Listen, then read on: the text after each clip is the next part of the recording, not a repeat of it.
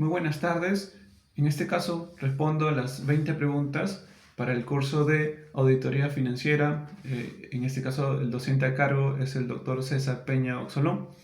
Bien, entonces respondiendo a la primera pregunta, ¿cuál es la diferencia entre auditoría financiera, auditoría tributaria y auditoría de gestión? En este caso, respecto a la diferencia entre estos tipos de auditoría, puedo resumirla que en sus objetivos exactamente. Por ejemplo, en la auditoría financiera, mi objetivo como auditor es evaluar si los estados financieros muestran razonablemente la realidad económica de la empresa, basándome exactamente en las normas contables. Por otro lado, en la auditoría tributaria me enfoco estrictamente en verificar que la empresa cumpla con sus obligaciones fiscales ante entidades como la SUNAT. Finalmente, en la auditoría de gestión analizo qué tan eficiente o eficaces son, ¿no? Y también en el tema económico, si los procesos administrativos operativos de la compañía. Bien, siguiendo con la segunda pregunta, en este caso, que es selecciona una de las 5 normas internacionales de teoría financiera eh, o la NIA trabajadas en clase y explica sus características. Bueno, en este caso sobre las normas internacionales de auditoría que hemos trabajado en clase, he seleccionado 5 que considero fundamentales. Primero, la NIA 200, que exactamente que nos indica que el auditor debe mantener siempre independencia y escepticismo profesional. Segundo, en este caso la NIA 315, que nos obliga a conocer a fondo la empresa y su entorno para poder identificar los riesgos. Tercero, la NIA 320, que nos habla acerca de la materialidad, es decir, exactamente que sobre el margen de error aceptable. Cuarto, la NIA 500, que establece que la evidencia que recopilemos debe ser suficiente en cantidad y apropiada en calidad. Y quinto, la NIA 700, que nos da la estructura estándar que debe tener nuestro dictamen final. Bueno, siguiendo con la tercera pregunta, es ¿qué etapas comprende el proceso de una auditoría financiera? Bien, en este caso el proceso completo de una auditoría financiera lo divido en 3 etapas fundamentales, donde todo comienza exactamente por la planificación, donde conozco a la empresa, evalúo sus riesgos, diseño mi estrategia. Entonces luego paso a la ejecución, que es el trabajo en campo en sí, donde aplico mis procedimientos y recopilo la evidencia. Y de esta manera puedo concluir con la etapa de informe, donde evalúo todo lo hallado y emito mi dictamen. Bien, siguiendo con la cuarta pregunta, ¿qué se entiende por evidencia de auditoría y cuáles son sus características? Exactamente cuando se habla de la evidencia de auditoría, bueno, me puedo referir que a toda aquella información que utilizo para sustentar mi opinión final. Para que esta evidencia sea válida, siempre debe cumplir con sus 2 características inseparables. Debe ser suficiente en lo que se refiere exactamente a tener la cantidad necesaria de pruebas y debe ser apropiada, lo que significa que la información debe ser totalmente relevante y confiable. Bien, siguiendo con la quinta pregunta, que es exactamente, ¿cuál es la diferencia entre riesgo inherente, riesgo de control y riesgo de detección? Exactamente, para poder diferenciar estos 3 riesgos, lo que veo es de la siguiente manera. El riesgo inherente es la probabilidad de que exista un error y simplemente por la naturaleza de la cuenta. Por ejemplo, el efectivo siempre es más fácil de sustraer. En este caso, el riesgo de control ocurre cuando los propios controles internos de la empresa fallan y no logran prevenir ese error.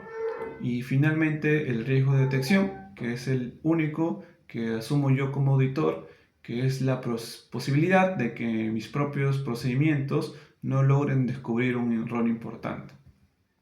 Siguiendo con la sexta pregunta, que es exactamente qué es el control interno y cómo influye una auditoría financiera. Bueno, por mi parte entiendo que el control interno, es como el conjunto de políticas como la propia empresa diseña para proteger sus activos y también asegurar que sus datos sean correctos. En una auditoría su influencia es muy directa.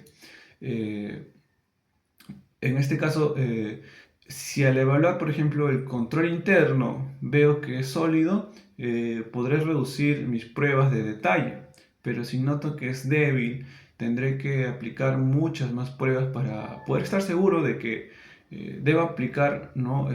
Muchas más pruebas para estar seguro de exactamente de los saldos. Bien, siguiendo la séptima pregunta, que es ¿qué procedimientos de auditoría se aplican para poder evidenciar lo suficiente, bueno, para obtener evidencia suficiente y apropiada?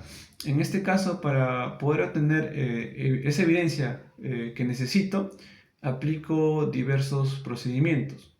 Los principales que utilizo son la inspección física de documentos o activos, la observación de cómo el personal realiza un proceso, la confirmación externa de donde le pido los datos a terceros como los bancos, el recálculo matemático, la reejecución de ciertos procesos y los procedimientos analíticos donde comparo tendencias y ratios.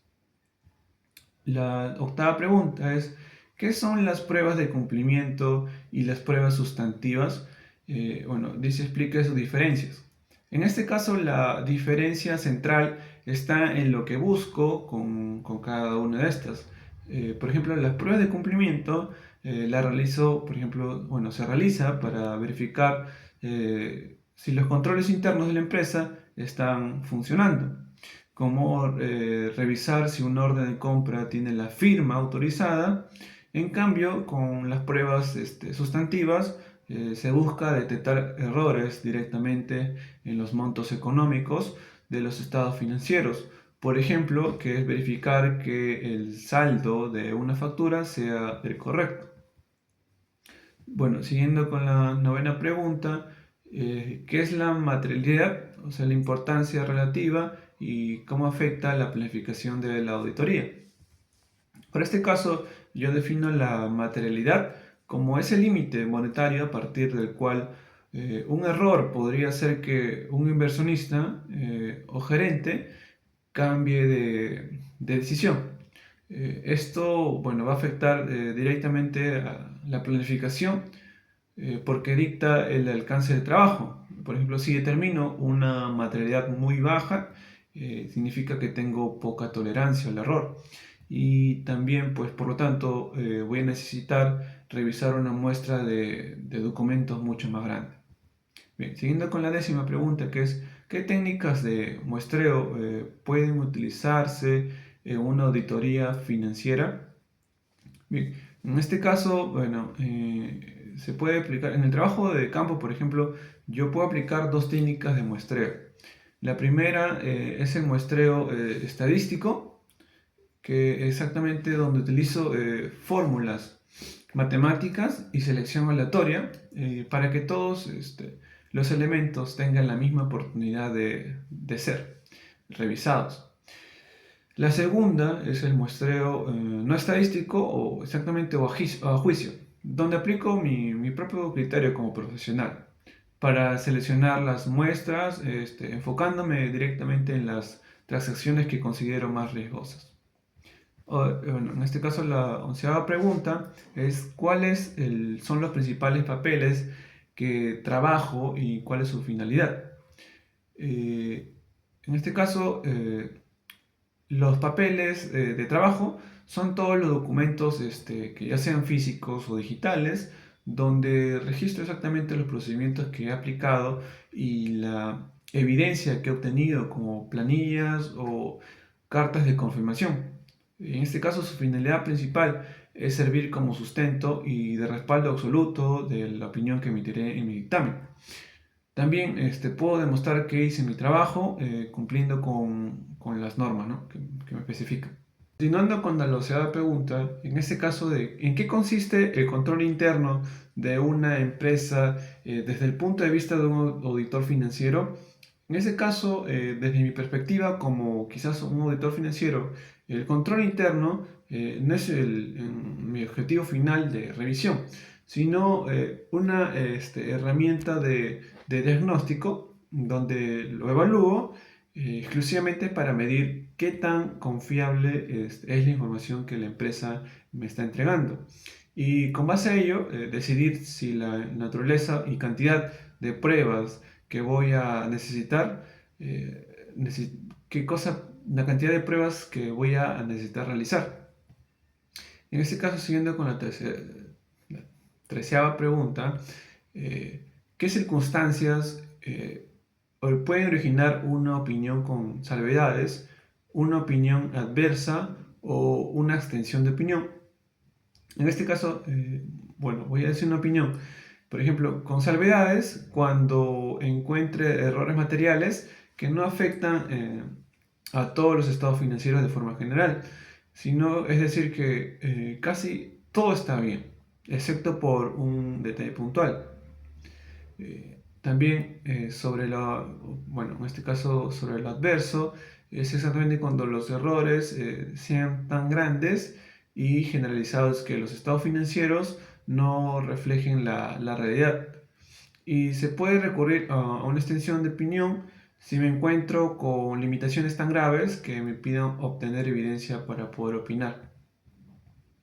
Bien, la catorceava pregunta. ¿Qué responsabilidades tiene la administración de la entidad y cuáles corresponden al auditor independiente? Bien, en este caso las responsabilidades están delimitadas claramente. La administración de la empresa es la única responsable de preparar los estados financieros, mantener el control interno y bueno, facilitar toda la información.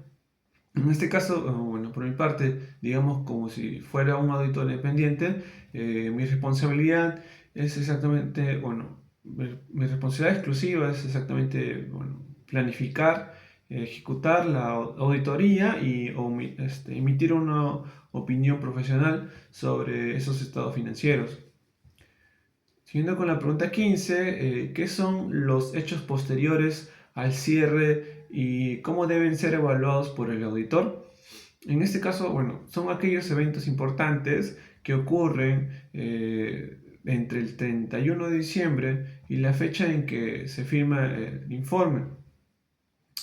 Por ejemplo, como auditor, los evalúo para ver su impacto. En este caso, si el evento confirma una situación que ya existía al cierre. Le exigiré a la empresa qué ajustes deben ser en sus saldos. Si es un evento totalmente nuevo, pediré que se revele de forma detallada en las notas a los estados financieros. En la 16ª pregunta, la pregunta 16, describe el procedimiento para realizar una auditoría financiera de efectivo. En este caso, para poder auditar el efectivo y equivalente, mi procedimiento, digamos que podría incluir realizar arqueos de cajas sorpresivas para comprobar la existencia fiscal del dinero. Luego de eso, se debe solicitar confirmaciones bancarias directas a las entidades financieras para poder cruzar los saldos. Y finalmente, se puede revisar minuciosamente las conciliaciones bancarias para poder asegurar que las partidas pendientes tengan una justa justificación. Bien, la pregunta 17 en este caso es, describe el procedimiento para realizar una auditoría financiera de cuentas por cobrar. Bien, bueno, para poder, por ejemplo, auditar las cuentas por cobrar, en este caso el procedimiento principal es la circularización, que es decir, enviar cartas a los clientes pidiéndoles que me puedan confirmar por el escrito el saldo que le deben a la empresa. Adicionalmente, se debe realizar un análisis de morosidad, revisando la antigüedad de los saldos para evaluar si el cálculo de provisión por cobranza dudosa es el adecuado. Siguiendo con la pregunta 18, que exactamente describe el procedimiento para realizar una auditoría financiera de existencias. Para auditar los inventarios, el paso fundamental es participar activamente en la observación del inventario físico para validar que la mercadería realmente exista. También aplicar pruebas de corte documentario para asegurarme de que las compras y las ventas estén en el año correcto y evalúo además si hay mercadería obsoleta que debe ser desvalorizada. Siguiendo con la pregunta 19, ¿qué indicadores o señales pueden alertar sobre la existencia de fraude en los estados financieros?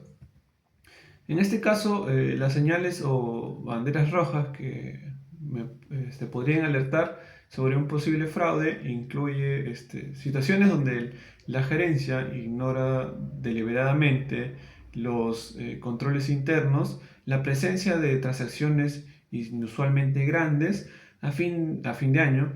En este caso, la falta recurrente de comprobantes originales, por ejemplo, o si nota también una actitud evasiva para entregarme la información solicitada. Siguiendo con la pregunta 20, en este caso, ¿cuál es la estructura básica de un informe de auditoría financiera conforme a las normas internacionales de auditoría, NIA? Conforme, por ejemplo, a la NIA 700, al estructurar un informe final, se debe incluir el título, el destinatario y comenzar directamente con la opinión. En este caso, después se presentan los fundamentos de esa opinión. Se detalla también las cuestiones clave de auditoría. Se explica también la responsabilidad de la dirección y la del auditor. También cerrando el documento con la firma, la fecha y la dirección, ya sean físicos o digitales, donde se debe registrar los procedimientos que se aplica también y la evidencia que se ha obtenido. Por ejemplo, como planillas o cartas de confirmación, donde la finalidad principal es servir como sustento y respaldo absoluto de la opinión que va a emitir el auditor en su dictamen. Exactamente también debe demostrar que hizo su trabajo cumpliendo con las normas. Muchas gracias.